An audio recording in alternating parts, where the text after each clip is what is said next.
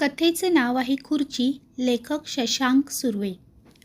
कोवळं ऊन, आजूबाजूला हिरवागार निसर्ग, गुलाबी थंडी, झाडाच्या फांद्यातून सोनेरी मंद लेझर लाईटीप्रमाणे नागमोडी रस्त्यावर पडलेले सूर्यकिरण, त्या रस्त्यावरून धावणारी अमोलची कार, सोबतच्या सीटवर त्याची पत्नी आणि मागच्या सीटवर बसलेले त्याचे आईवडील. गाणं कोणतं लावावं या एक गोड वादानंतर वडिलांना ओके असा अंगठा दाखवत हार पत्करून अमोलने किशोर कुमार यांचे वादा करो नहीं छोडोगे तुम मेरा साथ हे गाणं प्ले केलं.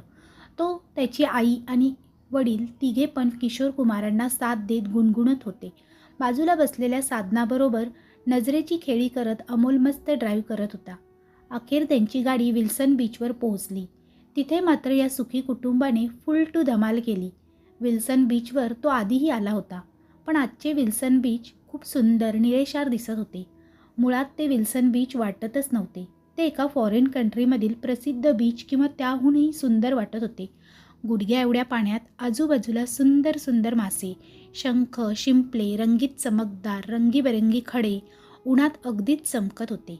पण यापेक्षा त्याच्या आईवडिलांच्या चेहऱ्यावरील आनंद, ओले केस सावरत उभी असलेली त्याची बायको साधना अमोलला स्वर्गसुख देत होती. सगळे क्षण तो डोळ्यात साठवत होता. अचानक त्याचे डोळे विस्फारले. त्याच्या हातात काही हालचाल होऊ लागली. अमोलचे डोळे हळूहळू जड होत बंद झाले. जेव्हा त्याचे डोळे उघडले तेव्हा तो त्याच्या अँटिक रूममध्ये होता. उजव्या हाताच्या तळव्याला त्याने मोबाईल टेपने बांधला होता, जेणेकरून झोपेत मोबाईल हातातून पडू नये. त्याच मोबाईलमध्ये व्हायब्रेशन होऊन अलाराम वाजत होता. थरथरत्या हाताने अमोलने मोबाईलचा अलाराम ऑफ केला. सकाळचे 7 वाजत आले होते. रात्री अमोल त्या खुर्चीवरच झोपला होता. एव्हाना आजकाल तो रोज याच खुर्चीवर झोपत होता. त्याने खुर्चीवरून उठण्याचा प्रयत्न केला, पण आज त्याला जास्तच अशक्त वाटत होते. थरथरत तो उठू लागला तेव्हा अशक्तपणामुळे उभं राहताच तो खाली कोसळला.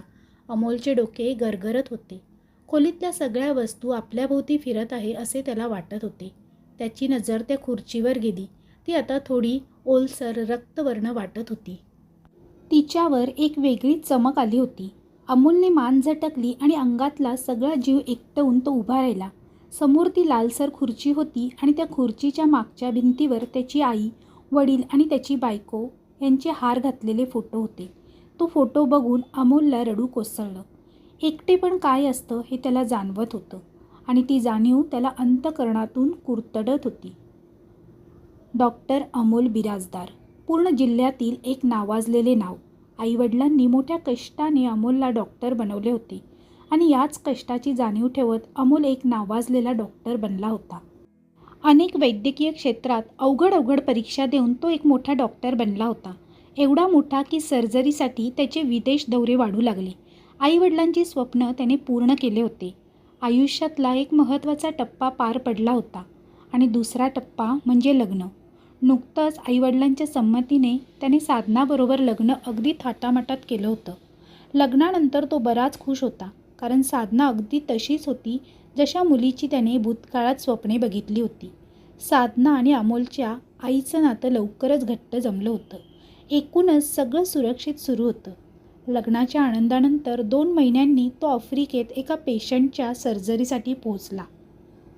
अमोलबद्दल एक महत्त्वाची गोष्ट सांगायचीच राहिली. अमोलला अँटिक वस्तू संग्रही ठेवण्याचा छंद होता आणि आता त्याच्याकडे अमाप पैसा असल्यामुळे त्याने तो आपला छंद बराच वाढवला होता. तो ज्या देशात जाई तिथून बऱ्याच वस्तू घरी आणत असे. यात जुने कॉईन, घड्याळ, हत्तारे, ज्वेलरी असे अनेक प्रकार होते. त्याची एक खोली म्हणजे एक म्युझियमच होती. आफ्रिकेत तो पहिल्यांदाच आला होता.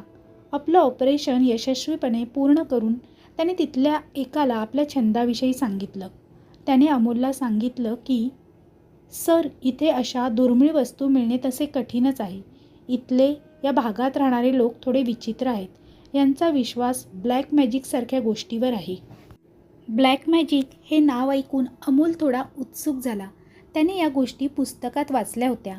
अमोलने जोसेफला लगेच या गोष्टींबद्दल विचारले. सर, या भागात अशा गोष्टींचं पूर्ण मार्केट आहे. इथून 4 किलोमीटरवर तुम्हाला जगातल्या सगळ्यात विचित्र गोष्टी बघायला मिळतील. मी नास्तिक आहे, त्यामुळे असल्या गोष्टी मानत नाही, पण तुम्हाला जर इंटरेस्ट असेल तर तुम्ही बघून येऊ शकता. पण जरा सांभाळून. त्या मार्केटमध्ये लोक पूर्णपणे मॅड आहेत. जोसेफने सांगितल्याप्रमाणे अमोल त्या ब्लॅक मॅजिक मार्केटमध्ये पोहोचला आणि तिथला सगळा प्रकार तो आवासून बघत होता. मानवी कवट्या, माकडाची मुंडकी, वाघाची कातडी, पक्ष्याची पिसे, वेगवेगळ्या जनावरांची हाडे असल्या वस्तू भाजी विकावी तशा तिथे विकल्या जात होत्या. अमोलला या गोष्टी जराही किळसवाण्या वाटल्या नाहीत. उलट तो सगळ्या गोष्टी उत्सुकतेने बघत होता. अचानक त्याची नजर एका दुकानावर गेली. काचेच्या दारातून अनेक कलात्मक वस्तू दिसत होत्या. ते दार उघडून तो आत गेला. इथे मात्र सगळं नीटनेटकं दिसत होतं. सगळं सामान लाकडी आणि कलात्मक होतं. या ब्लॅक मॅजिक मार्केटमध्ये हे दुकान तसं वेगळं वाटत होतं. त्या मार्केटमध्ये वेगवेगळ्या प्राण्यांची हाडे, कवट्या, कुबट वास तसेच आलेल्या गिरायकावर विचित्र मंत्र बोलणारे आफ्रिकी दिसत होते. पण या दुकानात शांतता होती. मंद सुगंध पसरला होता. अमोलची नजर एका खुर्चीवर पडली. काळ्या लाकडात घडवलेली ती खुर्ची खूपच सुंदर आणि जुनी वाटत होती. वेगवेगळी नक्षी, त्यावर कोरलेली अनोळखी भाषा आणि एखाद्या माणसाच्या हातावर जशा शिरा असतात तसेच त्या खुर्चीवर उभार होते. या शिरांचे जाळे त्या खुर्चीवर सगळीकडे पसरले होते. स्पष्ट दिसत होते. अशी डिझाईन आहे की नेमका काय प्रकार आहे हे अमोलला समजत नव्हतं. तो एकटक त्या खुर्चीकडे बघत होता. अचानक कुणीतरी त्याच्या खांद्यावर हात ठेवला आणि अमोल झटकन शुद्धीवर आला. त्याने मागे बघितलं. एक सुंदर सोनेरी केसांची महिला स्मितहास्य करत वरून खाली अमोलला बघत होती. अमोलने सांगितलं की तो भारतातून आला आहे. हे ऐकून ती अजून खुश झाली. तासभर इकड तिकडच्या गप्पा रंगल्या आणि अमोलने साराला त्या खुर्चीबद्दल विचारले. ओ हो, ही खुर्ची ही आफ्रिकेच्या इतिहासातले महान मांत्रिक ओबाटा यांची आहे. त्यांनी दुर्मिळ अशा लाकडापासून ही घडवून घेतली आहे. हे लाकूड आता मिळणे कठीणच. मला ही खुर्ची खूप आवडली आणि मी तुला हेच विचारणार होतो की ही खुर्ची विकाऊ आहे का? अमोलच्या प्रश्नाने सारा खुश झाली.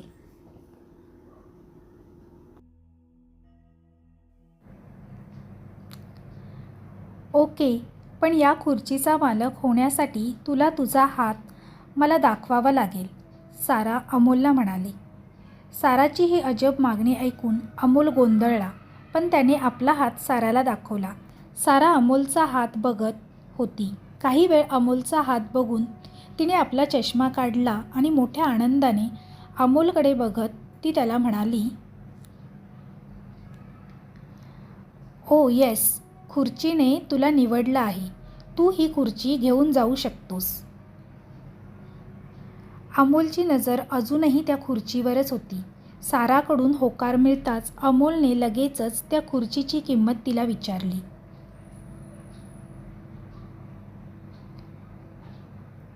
ती म्हणाली, तू फक्त शिपिंग चार्ज पे कर आणि ही खुर्ची घेऊन जा. तू आमच्या देशाचा पाहुणा आहेस आणि आज माझा मूड पण चांगला आहे, त्यामुळे माझ्याकडून तुला हे गिफ्ट समज.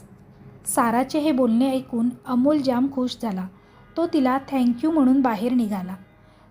साराची ती स्मितहास्य करणारी एकटक नजर अमोलला विचित्र आणि कपटी वाटत होती, पण ती सुंदर खुर्ची मिळाल्याचे समाधान त्याच्या चेहऱ्यावर होते.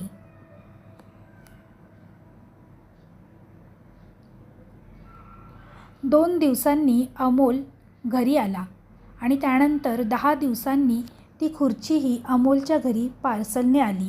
अमोलने पार्सल फोडले आणि त्या खुर्चीकडे बघतच राहिला. कमालीची सुंदर आणि नक्षीदार होती ती. अमोलने ती उचलून आपल्या अँटिक वस्तूच्या रूममध्ये नेऊन ठेवली. आपल्या बिझी लाईफमधून कधीकधी विरंगुळा म्हणून अमोल आपल्या अँटिक रूममध्ये पोहोचत असे. खोलीत पोहोचताच नेहमी तो आश्चर्यचकित व्हायचा, कारण ती खुर्ची सतत आपली जागा बदलत असे, कधी या कोपऱ्यात कधी त्या कोपऱ्यात. पण अमोल या गोष्टीकडे जास्त लक्ष देत नव्हता, कारण त्याचे वडीलसुद्धा कधीकधी अँटिक रूममध्ये येत असत. त्यामुळे भुताटकी वगैरे असे अमानवी वगैरे विचार अमोलच्या डोक्यात कधी आलेच नाहीत.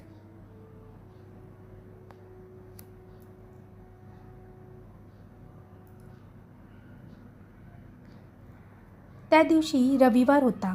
अमोलने सलग 2 दिवसांची सुट्टी मिळवली होती. खूप दिवसांनी तो आपल्या कुटुंबासहित ट्रिपला जाणार होता. कार तो चालवत होता. बाजूला साधना आणि मागे त्याचे आईवडील. हायवेवरून त्याची गाडी अगदी सुसाट चालली होती. न जाणो अचानक अमोलचे डोळे बंद झाले. डोळ्यासमोर ती काळी खुर्ची हलताना दिसली आणि अमोलचा पाय जोरात ब्रेकवर पडला. गाडी पलटी झाली. 5-6 वेळा उलटी पलटी होऊन गाडी बाजूला कोसळली. अमोल बेशुद्ध झाला. तब्बल 5 दिवसांनी त्याला शुद्ध आली. डोक्यावर मार लागल्याने तो ॲडमिट होता. जेव्हा तो घरी आला तेव्हा त्याच्या आईवडिलांचे आणि बायकोचे अंतिम संस्कार झालेले होते. अचानक या घटनेने, या धक्क्याने मात्र अमोल पुरता आतून कोसळून गेला. एक हसतं खेळतं कुटुंब उद्ध्वस्त झालं होतं. अमोलला त्यांचे शेवटचे दर्शनही मिळालं नाही. सगळं काही डोळ्यासमोरून जात होतं. लहानपणापासून त्याच्या स्वप्नासाठी राबणारे आईवडील, त्याची प्रेमळ बायको, सगळे त्याला सोडून गेले होते. हे दुःख त्याला नीट झोपही लागू देत नव्हतं, जगू देणारही नव्हतं. काही काळ स्वतःला संपविण्याचे विचारसुद्धा त्याच्या डोक्यात येऊ लागले. पण याने काहीच साध्य होणार नव्हतं. काही दिवस पाहुण्यांनी, मित्रमंडळींनी त्याला आधार दिला. पण नंतर अमोल एकटा पडला. एवढा मोठा बंगला त्याला खायला उठला होता. महिनाभर तरी तो जॉबवर गेला नव्हता. ते त्याच्या जवळचे 3 चेहरे अगदी त्याच्या डोळ्यासमोर येत होते. खूप दिवसाच्या अस्वस्थतेनंतर तो आपल्या अँटिक वस्तूच्या रूममध्ये आला. अचानक त्याला आठवलं, गाडी चालवताना जेव्हा त्याचे डोळे मिटले होते तेव्हा हीच खुर्ची त्याच्या डोळ्यासमोर आली होती. काहीतरी वेगळं होतं या खुर्चीमध्ये, पण त्याचं मन मानायला तयार नव्हतं. रात्रीचं जेवण करून तो या अँटिक रूममध्ये आला. मन रमवण्यासाठी अमोलने काही वस्तूंची साफसफाई केली. नंतर मोबाईलवर गाणी लावून तो त्या खुर्चीवर बसला. किशोर कुमार यांची गाणी ऐकत ऐकत त्याचे डोळे थोडे जड जड होऊ लागले. तो खुर्चीवरच झोपी गेला. लगबग सुरू होती. त्याचे आईवडील कधीच कारमध्ये येऊन बसले होते. साधना आणि अमोल मागे राहिले होते. किचनमध्ये काहीसे प्रेमळ चाळे करून खिडकीतून बाहेर येऊन हाक मारणारे वडील त्याला दिसले आणि दोघेही चाचपून भानावर आले आणि गाडीच्या दिशेने धावले.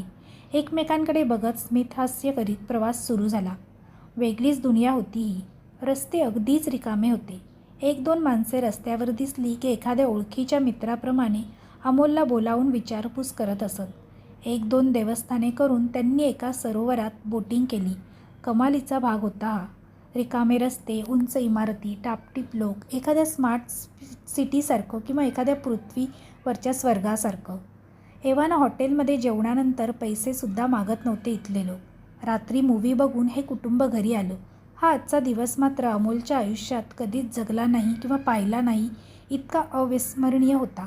एवढं फिरून ड्राईव्ह करून अमोलला जराही कंटाळा आला नव्हता. घरी येताच तो शांत झोपी गेला. स्वप्नात त्याचे डोळे झाकले आणि खऱ्या आयुष्यात त्याचे डोळे उघडले. अमोल धापा टाकत होता. त्याने आजूबाजूला बघितलं. रात्रीची सकाळ झाली होती आणि तो या खुर्चीवरच झोपून होता. पण रात्री जे त्याने स्वप्न बघितले होते ते अगदी सत्यवत होते. अमोलला असं वाटत होतं की तो एक दिवस त्याने आपल्या फॅमिलीसोबत एन्जॉय केला आहे. कमालीचा दिवस होता तो. साधनाचा तो स्पर्श, आईवडिलांची प्रेमळ हाक तो विसरू शकत नव्हता. खुर्चीवरून उठताना त्याला थोडा अशक्तपणा वाटत होता. पण अमोलने स्वतःला सावरले. काहीतरी जादू होती त्या खुर्चीत. कारण दुसऱ्या दिवशीसुद्धा तो या खुर्चीवर बसला तेव्हा तो आपल्या कुटुंबासोबतच होता. खुर्चीवरून उठताना अमोलला अशक्तपणा जाणवायचा. पण रात्री येऊन त्या खुर्चीवर बसून झोपणे त्याचे रोजचेच झाले. कधीकधी खुर्चीवरून सकाळी उठताना तो खाली कोसळायचा. पण रात्री आपल्या कुटुंबाची भेट त्याला सगळं विसरायला लावायची. अगदी हे सुद्धा की काही दिवसातच अमोलचे वजन 70 किलोवरून 30 किलोवर आलं होतं. काही दिवसातच अमोलच्या अंगाचा सापळा झाला होता. गाल पूर्णपणे आत जात होते. त्याला जेवण जात नव्हतं. पण स्वतः डॉक्टर असल्यामुळे तो स्वतःला सलाईन लावून जिवंत ठेवत होता. आपल्याला काय होतंय याचे निदान त्याला स्वतःला लागत नव्हते. त्याचे दिवस रात्रीचा प्रवास आठवून खुश होण्यात आणि रात्र त्या स्वप्नवत दुनियेत हरवून जाण्यात चालले होते. त्या काळ्या खुर्चीवर बसून आपल्या फॅमिलीबरोबर तो कधी परदेश दौऱ्यावर, कधी कुणाच्या लग्नात, कधी कुठल्या देवस्थानावर पोहोचत असे. यात तो असा काही हरवला होता की अशक्तपणामुळे अमोलला चालता येईना झालं. त्याचे मांस लोंबत होतं. एखाद्या हाडाच्या सापळ्यात जीव यावा असा तो भासत होता. आज रात्री जवळपास रांगत रांगत तो अँटिक रूममध्ये आला होता. एक मजला चढून यायला तब्बल तासभर लागला होता, इतका अशक्त झाला होता तो. तोंडातून फक्त हवा निघत होती. पण आज रात्री स्वप्नात आपण आईवडिलांच्या लग्नाचा वाढदिवस करायचा आहे असं ठरवून रांगत धडपडत त्या खुर्चीजवळ येऊन पोचला. ती काळी खुर्ची आता लालसर दिसत होती. त्यावर जो शिरांचा आकार होता तो लाल दिसत होता. अमोल घामाघूम झाला होता. त्याच्या शरीरात त्राण नव्हता. तरी तो त्या खुर्चीजवळ आला आणि तिच्यावर बसला. त्याने घाईघाईने डोळे मिटले आणि तो एका समारंभात होता. सगळे पाहुणे आले होते. सगळीकडे लगबग होती. डीजे वाजत होता. खाद्यपदार्थांचा घमघमाट सुटला होता. समोर एक टेबल होतं. त्यावर एक मोठा केक ठेवला होता. समोर त्याचे आईवडील होते. ते स्मितहास्य करीत त्याला बोलवत होते. अमोल त्यांच्या दिशेने चालला होता. अचानक त्याला सगळं अंधुक अंधुक दिसू लागलं. आजूबाजूचे सगळे लोक गायब होऊ लागले. हवेत विरघळू लागले. आजूबाजूला सगळीकडे अंधार होता. कुणीतरी त्याला बोलवत होते. जीवाच्या आकांताने ओरडून जागं करू पाहत होते. तो आवाज होता त्याच्या आईचा. होता त्या रडण्याने त्याचे डोळे हळूहळू उघडू लागले. अमोलला जाग येऊ लागली. उठ, उठ रे बाळा. ते सगळं खरं नाही आहे. तू स्वप्नात जगत आहेस. तिथे त्या राक्षसांची सत्ता आहे. तो राक्षस तुला मारून टाकीन. उठ, उठ, जागा हो. अमोल जड जड डोळ्यांनी बाजूला बघू लागला. तो आपल्या अँटिक रूममध्ये होता. बाजूला काही धूसर आकृत्या आकार घेत होत्या. त्यांचे चेहरे थोडे अस्पष्ट होते, तरी त्या 3 आकृत्या त्याच्या आईवडील आणि त्याच्या बायकोची होती हे त्याला जाणवत होते. तो धूसर आकृत्या थोड्या प्रकाशमान वाटत होत्या. त्या तिघांनी अमोलच्या डाव्या हाताला पकडलं होतं. तुला जगायचं आहे बाळा. निदान आमच्यासाठी तरी तुला जगावंच लागेल. तो राक्षस तुला कुरतडत आहे. तुला आज घेऊन जाणार आहे, पण तुला जगावं लागेल. बाबांच्या या वाक्याने अमोल पुरता भानावर आला. त्याने आपल्या उजव्या हाताकडे बघितलं. त्या खुर्चीच्या हाताने अमोलचा उजवा हात जखडला होता. एखाद्या वेलीप्रमाणे त्या खुर्चीतून काळ्या वेली बाहेर येऊन अमोलच्या हातात एखाद्या इंजेक्शनसारख्या घुसून त्याचं रक्त शोषित होत्या. रोज हाच प्रकार होत होता. रोज त्याला स्वप्नवत ठेवून त्याचे रक्त शोषले जात होते. अमोल इतका अशक्त झाला होता की जीवन आणि मरण यांच्यामधल्या अवस्थेत तो होता. म्हणून कदाचित आपले मृत वडील आणि पत्नी दिसत असेल. पण त्याचं रक्त शोषलं जात होतं. ती खुर्ची अमोलचं रक्त शोषून त्याला अशक्त करीत होती. त्याचे डोळे जडजड होत होते. कधी बाजूला त्याचे कुटुंब दिसत होते, तर कधी दुसऱ्या बाजूला जे काही होतंय ते दिसत होतं. लाल डोळ्यांचं काळं कुट्ट 8 फूट उंच. त्याचे हात जमिनीला टेकत होते. थोडे अशक्त वाटत होते, म्हणून तर एखाद्या दुराप्रमाणे आकार बदलत होतं. त्याने आपला काळा जबडा उघडला होता. त्या जिवंत खुर्चीने एकदा का अमोलचा जीव घेतला की त्याची आत्मा खाणारा तो जबडा आव असून उभा होता. पण अमोल भानावर आल्याने ती काळी शक्ती बेचैन झाली होती. खुर्चीची पकड मजबूत करत होती. अहो, तुम्ही हार मानू नका. तुम्ही लढा ह्याच्याशी. यानेच तुमचं कुटुंब दूर केलं तुमच्यापासून. बाळा, तू जगायला पाहिजेस. माझा पोरगा हार मानणारा नाही. तू जर ह्यांच्याकडे गेलास तर तुझ्या या बापाच्या आत्म्याला कधीच शांती मिळणार नाही. धूसर आकृतीतून येणारा तो बायकोचा आणि बाबांचा आवाज आणि उजवीकडून त्याला न्यायला आलेल्या काळ्या शक्तीचा आवाज. अमोलचे रक्त शोषलं जात होतं. अखेर त्याने अंगातला सगळा जीव एकटवला. त्या खुर्चीने त्याचा उजवा हात घट्ट पकडला होता. आपल्या अंगातील सगळे बळ एकटवून त्याने खुर्ची ओढायला सुरुवात केली. बाबांच्या आवाजाने तो पुरता भानावर आला होता. कित्येक दिवसाचे संमोहन आज तुटले होते. ओढून ओढून धडपडत त्याने अखेर ती खुर्ची बाजूच्या रूममध्ये आणली. त्याचीच लॅब होती ती त्या रूममध्ये. तिथे तो छोटे मोठे प्रयोग करायचा. तिथले सर्जन ब्लेड घेऊन त्याने त्या काळ्या वेली तोडायला सुरुवात केली. पण रक्ताच्या प्रभावाने त्या काळ्या वेली दगडासारख्या घट्ट आवळून बसल्या होत्या. त्या वेलींचा रक्त ओढून घ्यायचा वेग वाढला होता. अमोलचे डोळे हळूहळू जड होऊ लागले. डोळ्यासमोर अंधारी येऊ लागली. प्रयत्न कमी पडत होते. ती शक्ती आपल्या काळ्या दातांचा लांब जबडा काढून उभी होती. थरथरत्या हाताने अमोल बाजूच्या टेबलावरच्या एका बॉटलचे झाकण उघडले आणि थरथरत्या हाताने ती बॉटल आपल्या तोंडाला लावली. विष होते ते. एक टेस्टिंग वेळी चुकीने बनलेले जालिम विष. काही दिवसांपूर्वी अमोलने स्वतः प्रक्रिया करून बनवलं होतं. काहीही करून त्याला त्या काळ्या शक्तीच्या आहारी जायचं नव्हतं. त्याचं नरडं विषाच्या प्रभावाने जळत चाललं होतं. ते विष त्याच्या रक्तात विणत होतं आणि पर्यायाने अमोलच्या रक्तातून त्या खुर्चीच्या सजीव शिरांमध्ये ते विषारी रक्त जात होतं. अमोल त्या काळ्या शक्तीकडे बघत हसत होता. आता तो त्या खुर्चीच्या माध्यमातून मरणार नव्हता. त्याचं मरण त्याने स्वतः निवडले होते. अमोलचे डोळे जडजड होऊ लागले आणि तो खाली कोसळला. त्याने जेव्हा शेवटचे डोळे बंद केले तेव्हा ती काळी आकृती रूममधून बाहेर जात होती. हळूहळू डोळे उघडले गेले. अमोल एका हॉस्पिटलमध्ये बेडवर ॲडमिट होता. त्याच्यासमोर त्याचा मित्र त्याचा चेकअप करत होता. अमोलला जागं झालेलं पाहून दीपक म्हणजेच त्याचा मित्र सुखावला. अमोलने त्याला विचारलं, "मी इथे कसा?" दीपक बोलू लागला, "अरे 2 दिवसांपूर्वी रात्री मला फोन आला की तुझी प्रकृती सिरियस आहे, लवकर घरी या. मी घरी आलो तर तू जमिनीवर पडला होतास आणि बाजूला एक खुर्ची जळत होती. मग मी तुला उचलून आणून इथे ॲडमिट केलं. मला तो आवाज थोडा परिचित वाटत होता. पण सोड, काय झालं होतं तुझ्याबरोबर? आणि साल्या काय अवस्था करून घेतली आहेस स्वतःची?" दीपकच्या या प्रश्नाची उत्तरे अमोलला द्यावीशी वाटली नाही. तो फोन कोणी केला होता हे तो जाणून होता. त्याला अजून जगायचं होतं असा त्याला आदेश आहे आणि तो जगला देखील. समाप्त. तर मित्रमैत्रिणींनो, तुम्हाला ही कथा कशी वाटली हे कमेंटद्वारे कमेंट करून नक्की कळवा. तसेच कथा आवडली असेल तर व्हिडिओला लाईक करा आणि चॅनेलला सबस्क्राईब करा. त्याचप्रमाणे बेल आयकॉनवर क्लिक करून ऑलवर सेट करा, म्हणजे तुम्हाला नवनवीन व्हिडिओचे नोटिफिकेशन असेच मिळत राहतील. पुन्हा भेटूया अशीच एक नवीन आणि सुंदर कथा घेऊन. तोपर्यंत सर्वांना धन्यवाद. Bye bye.